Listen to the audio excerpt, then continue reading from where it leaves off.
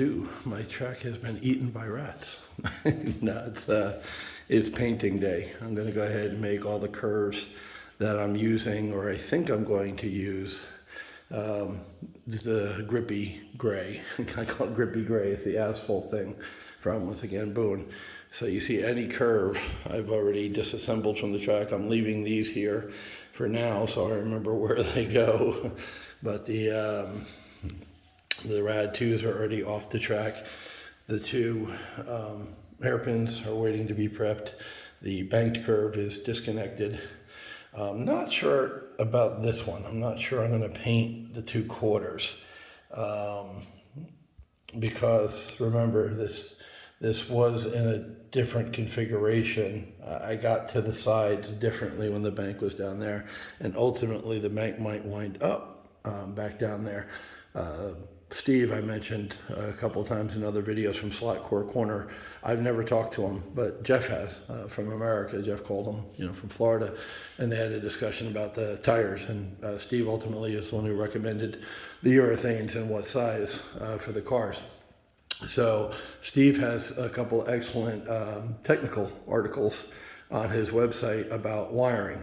The next video I do will be about jumpers, because even with the 30 volt 10 amp power supply,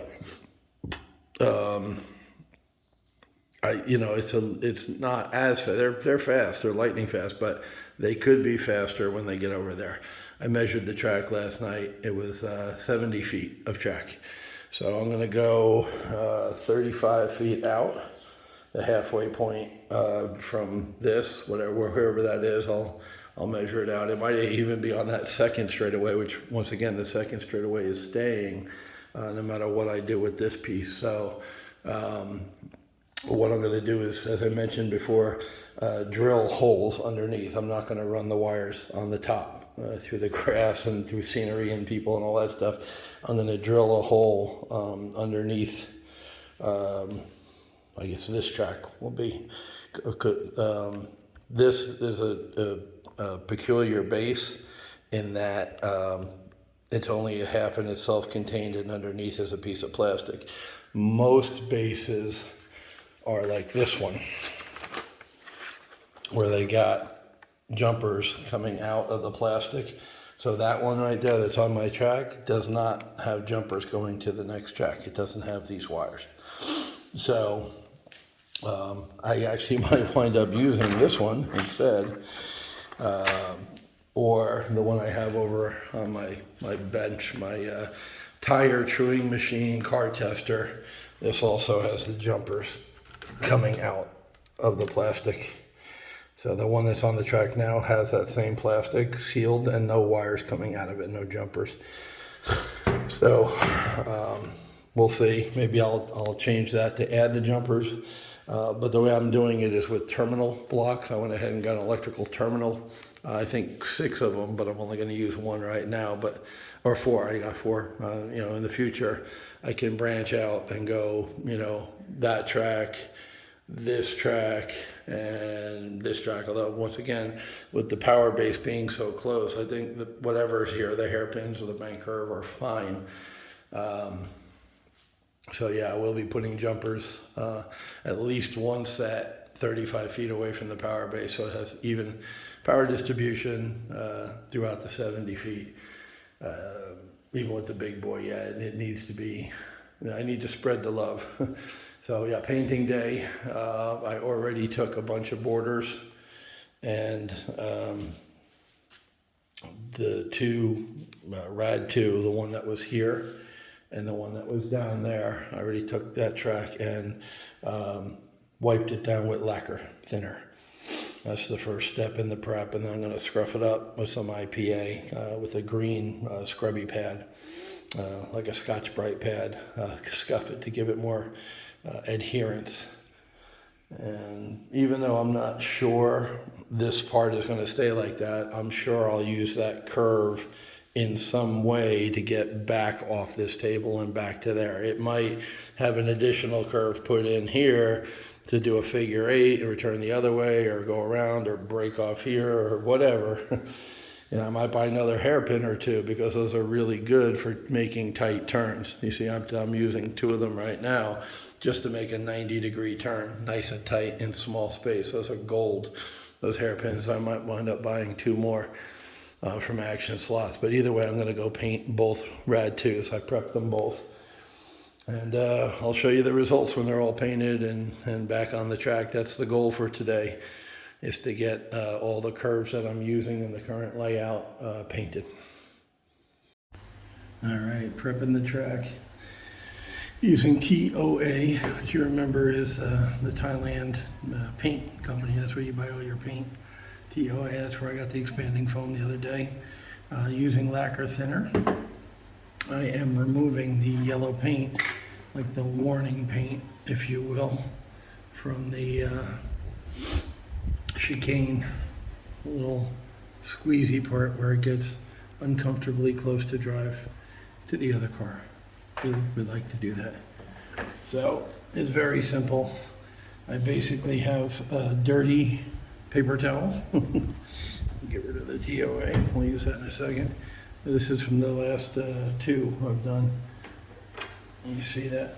I got all the yellow off. There's a little bit of a filmy cloud, but of course I'm going to hit it next with IPA, isopropyl alcohol, and that will help clean that up, the residue. And then of course it's going to get painted. So this is the first step. I have some stuff out drying right now, and this is what I did to it before it went out to get shot. First was the lacquer thinner. There's release agents that they put in the track, they being Hornby Skelectrics, and they put release agents in to let it set free from the mold when it's being manufactured. And you to prime it properly, to get it ready for paint, you have to get rid of those. So I do it with all the tracks. Like these have been lacquer thinner. These are hairpins, and I went ahead and lacquer thinned them, step 1, to get ready for prep. Then I'm going to hit them with the isopropyl alcohol. Really easy to find. I just got this at a local hardware store. If I can find something in Thailand, y'all can find it in the UK or USA or Australia, wherever. And then a scrubby pad, just a green Scotch Brite pad to scruff up the surface. And once again, that helps it adhere, the paint. So this is the dry one. I'm going to sacrifice another one. Actually, I'm going to make my dry one my wet one or dirty one, because you can see from doing the 2 tracks so far, I've completely used this one up. So this is going in the trash, and the one that I was using for my quote dry cleanup will actually be used to apply, and I'll get a brand new one for cleaning up, which I'll show you what I mean by cleaning up.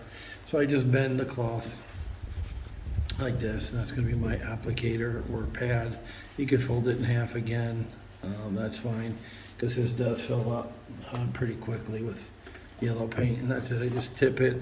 I have a little hole I punched in the top, so it controls the flow. You can see it's wet there in the middle. Find the wet spot. So I put a nice little dab on there. I think I want a little bit wider area. Yeah, like that. And then I just rub it on the track, and you can see instantly that yellow paint from the factory starts to come off. It start out straight up and down and then just go in a circle. I need more. It's dry. I can feel it scraping, so I need more lacquer thinner. You want to get that pad good and wet. I double dip, but I need to like triple dip. I need quite a bit of lacquer thinner to get off this paint, but it does come right off. You see it? It's starting to work down there, and then rubbing in the circular motion. You see it's starting to come off.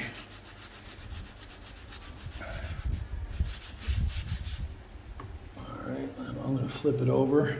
Just take this side that's all painted up and flip it over to the other side. Has a little bit of paint that's soaked through, but not as much.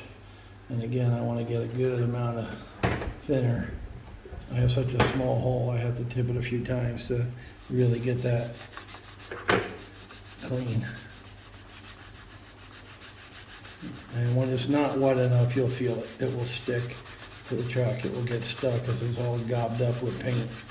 And that's when you get more and use a clean side.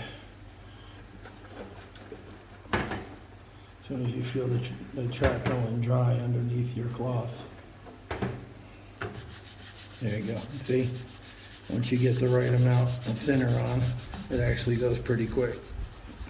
And again, this circle, especially in the corners, you see how I have a lot on the bottom, so I'm just going to run along the bottom. Shaking the hell out of the camera. Nice. Yeah, I got a little cheap tripod here. Stay up, you bastard. So I can use two hands. What? Okay, so again, that's filled up.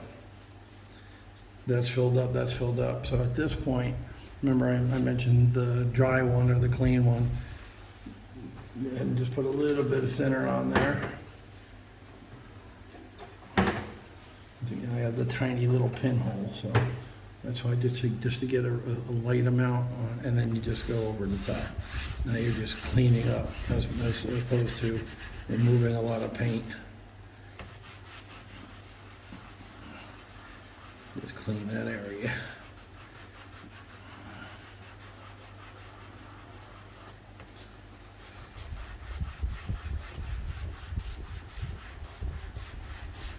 You can see on the bottom there. Now I have one part where you can actually see black. It's still a bit hazy, which means I've got more cleaning to do, but that's the method. So I've got one track left, one chicane left with the yellow. I'll get rid of that. Also, I'm going to hit the other part of these chicanes, the black part, with the same lacquer thinner. Let it dry, like I'm letting the hairpins dry. And then hit it with the scrubby pad and the IPA. And then once that's dry, out it goes. And I'll show you when I go to shoot the hairpins. I'll show you how I do that. I mean, it's not very exciting. It's a spray can, but just whatever, showing you the technique. On the gray ones right here, I've already shot this morning. I've been a busy little bee at work, so you can barely tell because they were gray ahead of time. You can barely tell that I painted them, but these have the texture on them now, and you can see on a close-up.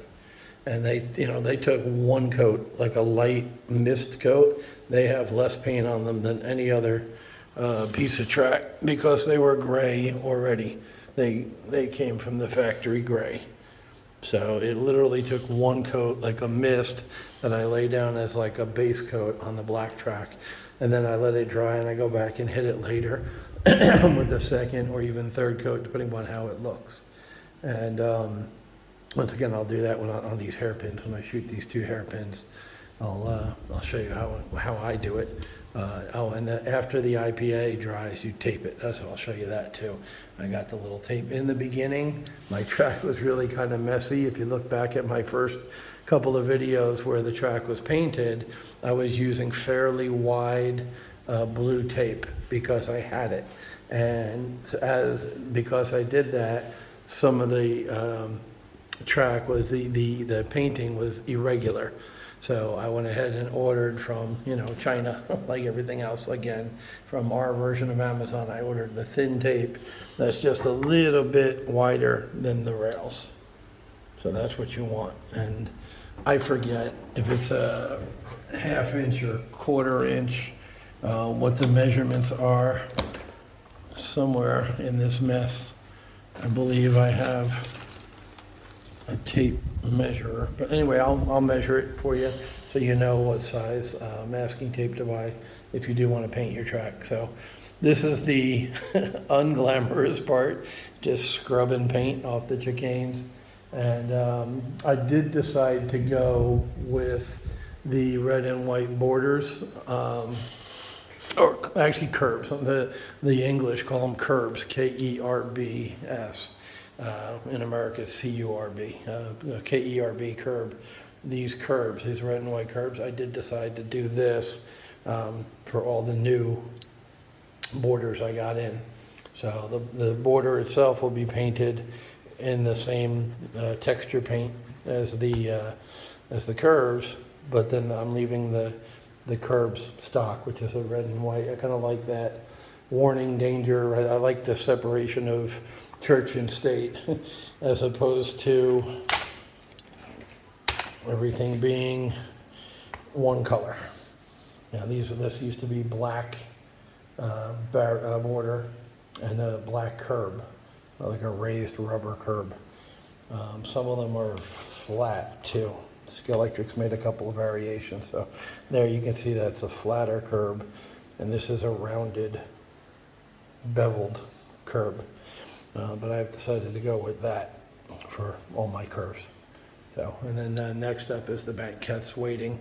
Once again, I disconnected everything. This piece, that piece, it will all get painted today, I hope. It's around 2 p.m. now. It is a long process. The spraying is the fastest part of the whole deal, believe it or not. So I will shoot some more. All right, everything's gotten lacquer thinner and cleaned up with IPA. So everything is more or less black now, no more yellow.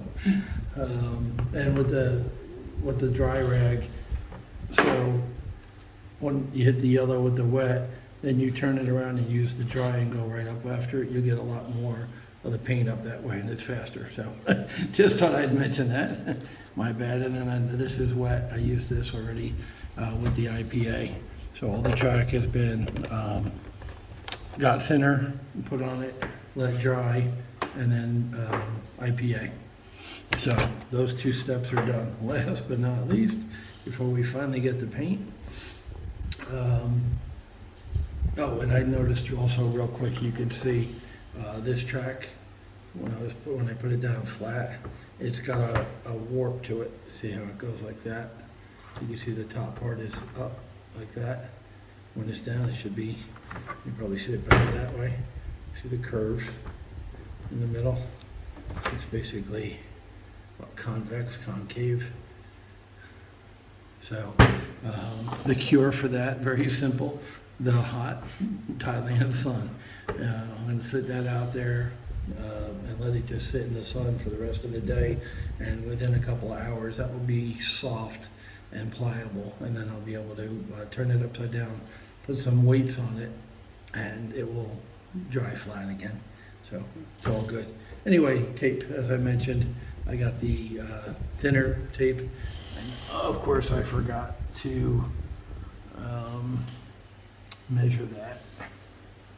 Imagine that. Forgetful boy.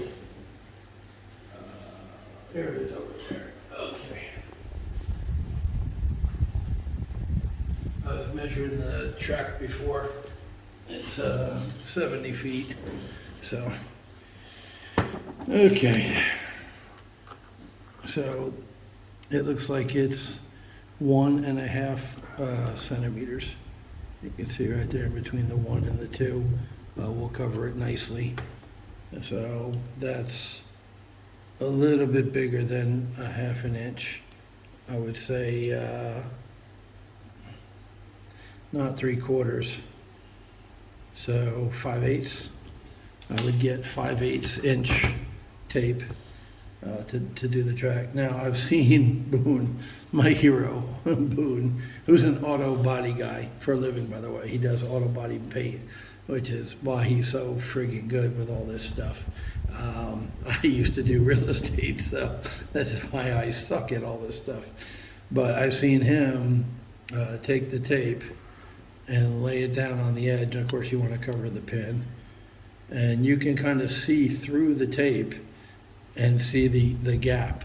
You can see that black gap in the tape. See that? So you can see I'm a hair to the right because that's not in the center of the tape, that black line. Oops. Like I said, I'm not an auto body guy. So yeah, you want to get it so the black line, see it? You can see it really well right there.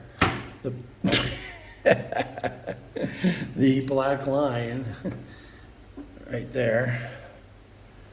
Yeah, see it? Yeah, there you go. When the tape started to lay down, you can see that dark gap very easily, very well. So that's where I want to put it. And I have seen Boone, the master painter, model maker, whatever you want to call him, I've seen him do this technique here, where he lifts the tape up and then pushes it down with his hand, and he's following that line. I am not that skilled. I have trouble doing that around the whole track, especially an inner hairpin. Wow, okay. So the phone, we're live, by the way. There's no way I can stop this and start it again. Okay, I'm not live. I really should stop and start it. Because the phone just sprang out of the little thing I was using. Okay, so we are experiencing just a few technical difficulties. Never saw that on another YouTube channel. Probably it happened and they cut it. Yeah, it wants to spring out. My the case that's holding my phone, it's sliding out. There's no, if there was a stop, it broke. There's no stop on the bottom of it. So yeah, this is not going to work. Let me try a different tripod. All right, switch tripods. I don't know how long this one's going to last. The phone is literally hanging down on this extreme angle, but I need two hands to show you this. So anyway, Boone does this thing where you can watch his videos. He lifts the tape and kind of using that center channel as a guide goes down. Once again, I'm not that talented. So what I do is when it starts to curve around, just break the tape, right? I can make a straight line in a relatively short distance, but as it starts to curve, you see I had to cut it to the right to follow the curve.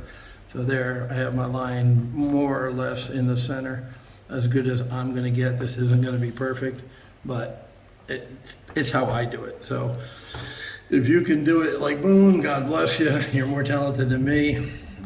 I just do it in pieces. So you can see that at the end there, we're going crooked. So that's why I stopped it. I broke it there, and then I come on in this angle. So again, that black line, I know you can see it now. That black line is this gap in the middle of the track. You center that and stop your tape. Now, what do I do with this part? I take my fingernail and I scrape it like that to tuck it in to make it uniform with the curve. So it's not that bad and that jagged. This is all still 100% better than when I used the big blue tape and it was all uneven. I put the track together and there'd be paint, you know, here and no paint there, and then here there'd be no paint there, and it looked like crap. I probably still have a couple pieces of track with the wide radius, the 22.5-degree radius I can show you. So yeah, once again, I just go there, and then now this is over, right? This is sticking too far, not close enough to the rail. I literally just fingernail it to make it even and peel it up a little bit so that it's not masking. And then I can pull down a little bit at the end and put that on a bit of an angle. The tape gets crumpled, but it's okay. And that's what I do. I just do it in pieces. So I'll do all this track. I'll do the 4 chicanes and the other hairpin, the second hairpin, and then I'll start prepping the bank curve because I do want to get all the curves painted today, if possible. That's my goal for the day. One other real quick thing I wanted to show you guys while I had this track here on the bench. When you get the chicane extension set, and I believe it also had the jump, the little yellow ramp that jumps the cars up and catches them. Notice that the hairpin only has the female tab and the male tab over here, and then the 2 pins come from the chicane. So on the other end of the chicane, it has your standard flat rectangular tab and oval tab. Here, it just has the receiving, the female slot for the oval tab, and then the oval tab and the female slot. So because it's missing the extra rectangular tab, like a normal piece of sport track, electric sport track, you can only attach this straight with the chicane to that hairpin. Because I actually, when I switched the curves and put the hairpin down at this other end, I wanted to dump right into the track like the bank curve did over there against the wall. And I couldn't because I had to use this straight. That's the only pieces that go together. You can physically connect it. No, I'm sorry, you can't. I was going to say you can connect it, but there's no tab for the. See, you can't. If I turn the chicane around to the part that goes to the rest of the track, you'll see it doesn't attach because there is no female slot for that rectangular tab. So have to use this piece, have to use it in this orientation with the squeeze part inside, on the inside lane. That's the only track that will go into this particular hairpin. There are other hairpins that have two normal tabs on each end. You can put them anywhere on your track. But when you do get these, and I bought 2 of these, you have to use the chicane with them. So what I'm going to do, because it only has the 2 tabs, is when I put these back together after I paint, I'm going to super glue them. And I've had trouble with the gaps in between these two. You know, I put them together as tight as possible. I tightened up the tabs on the back, and they still have a little bit of a gap. And they're the first to split open and give way when there's when I'm putting the track together and there's a little bit, I'm trying to move them around a little bit. So I've already decided after I shoot these today, when I put them back on the track, I'm going to super glue them together. And I know that's crazy, but they always have to be together, number one. I can't put them anywhere else on the track. And it will help, the integrity of those 4 pieces stay together. They'll basically come on and off the track here at this joint as a unit. And that's true for both hairpins. I'm going to do that for both. So just wanted to show you this unique coupling here with this hairpin and tell you what my plans are to keep the track tight and stop from separating, which I noticed when I was putting it together. This was pulling away a little bit, cracked open, and I just showed you the hairpin. Both of them have a nice sized opening. I cannot get them perfectly flush. This is their natural position, even with everything tightened up. That was the best I could do, is that gap. So, yeah, I'm just going to use super glue. All right, next shot will be me spraying the track. All right, here we are outside at the paint station. There's the rattle cans with the metallic textured stone paint. There's the 2 R2s, the one that is down by the bank curve, and then the one that's in the little L-shaped turnaround area. Not really good light here, so it's hard to see them, but you can see that paint really kind of sparkles whenever it catches the sun. And more importantly, it's got the texture. I can probably show you on the smaller pieces over here, using the upside down egg crate for the straight and the borders. Get out here in the sun a little bit. Oh, there we go. That's better. Yeah, you can definitely see it now. Yeah, it's got that texture to it. Really gives good grip. It works really well. So that's the stuff I've shot. I'm going to go ahead and bring it inside, and then go ahead and shoot the 2 hairpins and the chicanes. Okay, outside at the outside workshop. This is basically what a garbage can is. There's a little bench here. I propped up the shipping box that the Action slots in the UK sent me, and I use that to hold my the track that I paint. Give it a good shake. That's what they call them rattle cans for. It rattles. Shake it upside down. And then, you know, once again, I'm not a painter, so I would watch that guy Boone, who's a painter for a living, instead of me. But what I do is just go back and forth in little bursts, like 1, 2, 3, 1, 2, 3, like that. 1, 2, 3, 2, 3, 1, 2, 3, 1, 2, 3, 1, 2, 3, 1, 2, 3. And that's a very light skim coat. Now on the gray pieces, that was enough. But on the black pieces, I'm going to go back and hit it a second time until it's uniform and there's no little shadows and things like that. But you see it covers pretty good. 1, 2, 3, 1, 2, 3, 1, 2, 3, 1, 2, 3, right? And it covers decent. It's not bad.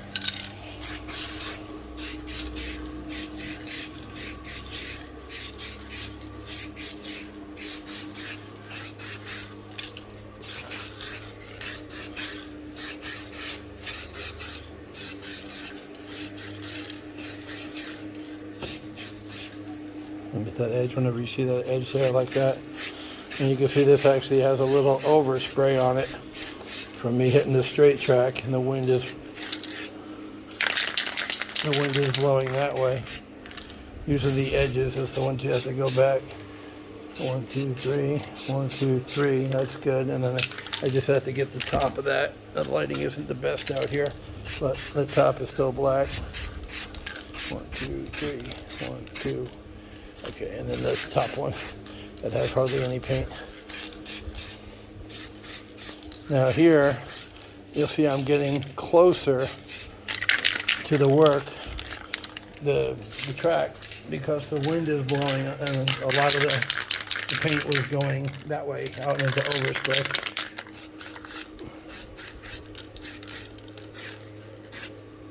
And you can see the areas that need it. When the wind was blowing the strongest, the paint blew away from that area. So that would only need one more coat, I can tell already. Just one more coat will cover up any little shadow spots. That's also one more coat. Yeah, see, now that it starts to dry, what looked like a very light coat before, I'm guaranteeing you I only need to do one more coat on all these and they'll be good to go. Now where I need to do maybe 3 coats is the centerpiece, the little inner for the hairpins, the little inner border here. That is definitely going to need 3 coats. And I'm almost out of paint. I'm going to have to buy another can to finish up the bank and the bank and the others, the S curves basically. I don't think I'll have enough paint to do everything. But that's it. That's how I spray. Once again, I am not a master of it. I would watch Boone if you want to learn how to spray. He did a whole video on spraying with exactly this, the stone texture paint. It looks great. It helps the car's grip. I'm really happy with it. That's why I'm painting all my curves with it. And the entrances, the straights that go into the curves, that's why I'm painting the chicanes, because they go into the hairpins. So that's it. That's the, I guess I can show you when it's all back on the track and put together how it looks. Okay, it's 0 dark 30. It's been a long day. And I didn't spend the whole day prepping track and painting, but quite a bit of time. I'd say probably an hour, maybe hour to hour and a half.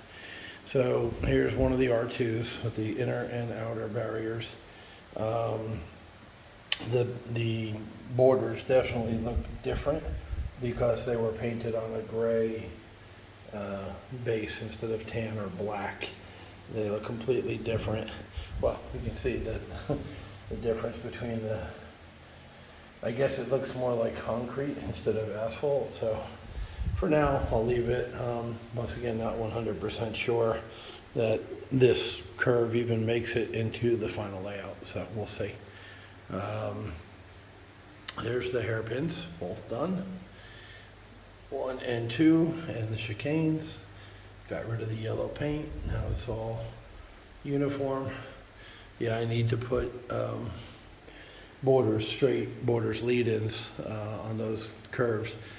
Although obviously I won't be able to do it where the two meet. There has to be more space between them. So once again, this is not the final configuration.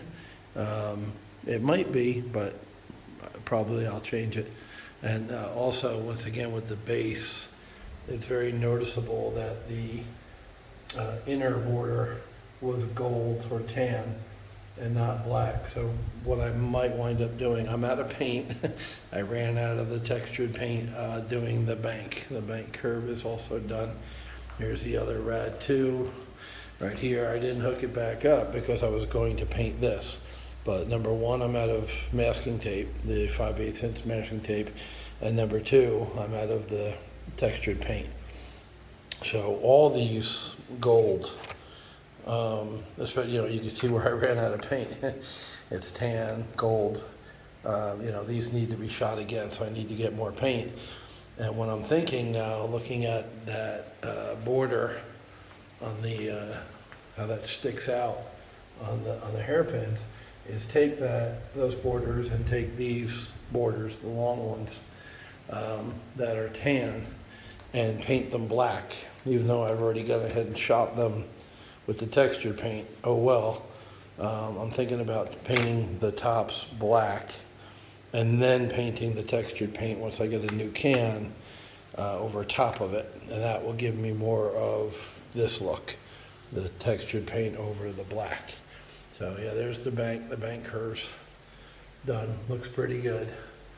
And it's missing the borders because that's all these here. And as I said, they're definitely not happy running out of paint. They need more. They each need at least one more coat. And looking now at the border down there, I'm 95% sure I'm going to go ahead and paint all the tan stuff black first, so it better matches the black track being painted. And of course here, I'm going into the curve here once that's painted, but there's a lead, straight away coming out of that corner or into that corner, out of that corner. The track's going this way, so I need to put one of those pieces like this over there. That should fit between those two tracks. There, I can do that. And I have a track coming out of the curve that's already silver. This one, the little half track, but as I mentioned in the last video, I ordered a lap counter, electronic lap counter, not digital but electronic. So that's going to go here just before the start line, and this long piece will be painted with the textured paint and moved up here and have a lead in. So it's coming together. It's once again, this is maybe the final, maybe not. I did a video yesterday about what do I want this track to be, because right now these two parts of it are maximum footprint. You really can't fit that much more track in here. There's not a lot of nooks and crannies using the pieces I have. I mean, I could go all the way across to here, the 4 foot, like I did originally, but that's actually using less track than doing this 90-degree stuff and hooking up with this main lane. So yeah, the only difference is I could put some more curves and replace these straights like I had 3 days ago, 4 days ago. Honestly lost track. But yeah, this is pretty much covering every available inch of layout, and also with the exception down here. I have a nice clean area here where I have the grabber and the things I took off, and there's a small area inside where I could do a elevated bridge. I could do a figure 8, like a curve inside a curve type deal. Although once again, when I tried to use this with the borders, the largest radius curve that Scale Electrics has wouldn't fit around here side to side. There's not enough room to put the wider track around this once it has the borders. The only way I can do the inside track and make it look like a 4-lane track is to take away these borders out here. They just take up too much room. And the radius isn't wide enough anymore when you do that. So anyway, that was it. It was painting day. I aimed to paint every curve I owned. I almost got it done. Got the 2 rad 2s done, got the bank curve done, and got the 2 hairpins done. The S curves there, and here will have to wait until I get more paint. I'm actually going down to an island to spend a week for the Thai holiday, Songkran, Thai New Year. So I'm not going to be here to finish up, but I will go ahead and order the paint. So that should be here when I get back, so I can finish up these last few little S curves that I have on this track. I'm not going to paint all the curves. Obviously, that would just be a waste of paint, because if I'm not going to use those curves, why bother? The ones I've already painted for the old layout, it is what it is. I have them. When I reconfigure this thing, when the borders come for the hairpins, maybe I'll wind up using some of those painted curves. I don't know. Anyway, I did order more stuff from Action, not just the rubber rail cleaner I told you about and the hairpin borders, but some other goodies too. So 2 weeks from now, 3 weeks from now, there should be a pretty big unboxing. Let's just leave it at that. Anyway, that was Paint the Curves Day today. I feel like I got a lot done in between the prep and actually shooting them, although like I said, shooting them's the easiest part, really. That takes the least amount of time of the whole process. But I'm pretty happy with those grippy surfaces. The cars run really well on them. Yeah, they're less likely to slide out. So here's the Porsche taking the turn, and as I'm pushing it, you see it's staying on track, right? Just pushing it from behind. Now, if we take it through one of the curves that are not painted, you see as I'm pushing it, it wants to very easily slide out. It's slip sliding away. And the Vet too, I noticed the Vet does that a lot. I love the Vet, I love Corvettes. They're my favorite car, especially that body style. But yeah, when this thing is going around the track, it wants to leave. See how easy it is to move with my finger? It's, it's in the track, and it's moving like it's on ice. So once again, I'm going to probably put a magnet or two up here in the front to try to keep it down inside the guide slot a little bit more. Fix that, mess around with it. That's the fun of having these cars. You get to play with them. Not just the Ninko Bulldog car, which is like my little experimental car that I'm going to try all different stuff with. But, you know, I'll play with all of them except for the front four. I'll leave those basically stock because honestly, they're fast enough just like they are. I really don't think I can improve any of those cars other than breaking in the motors of the two brand new cars and oiling them and putting gear lube on. I haven't even done that yet. I have not opened those two cars up yet. I haven't taken the bodies off the chassis. So all of what you've seen them running is without broken in motors, without gear lube, and without oil. It's amazing. Absolutely amazing. So that's it for today, kiddies. It's been a long day, long video, long day. See you later.